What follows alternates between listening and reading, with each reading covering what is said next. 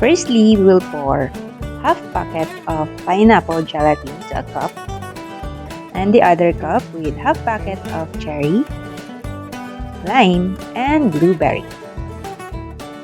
We will then pour warm water to the cups and we will mix each cups.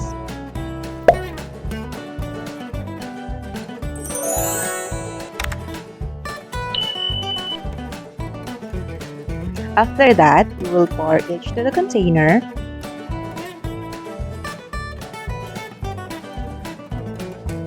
and put to the fridge for up to 1 to 2 hours.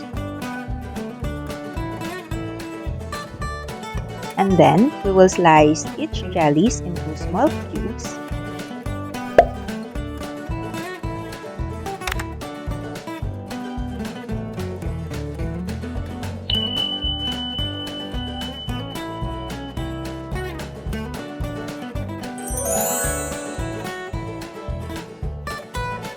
And then we'll put it to the mold to mix all the colored jelly.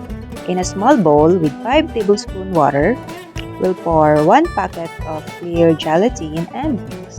We'll let it bloom for 5 minutes. Meanwhile, in another large bowl, we will put 397 grams condensed milk, 170 grams cream cheese, 100 ml coconut milk, and lastly, 100 ml fresh milk. We'll then add the gelatin mixture. Mix them to be incorporated well. And then we'll pour it to the mold with colored jellies. And we will refrigerate this for 4 hours or overnight. Slowly flip it on the plate and carefully remove from the mold.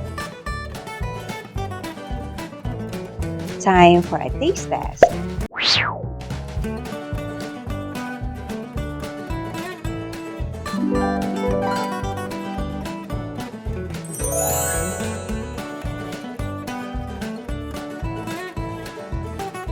Oh yeah.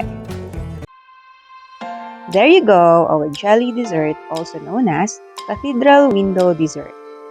Thank you for watching. Till next time, bye!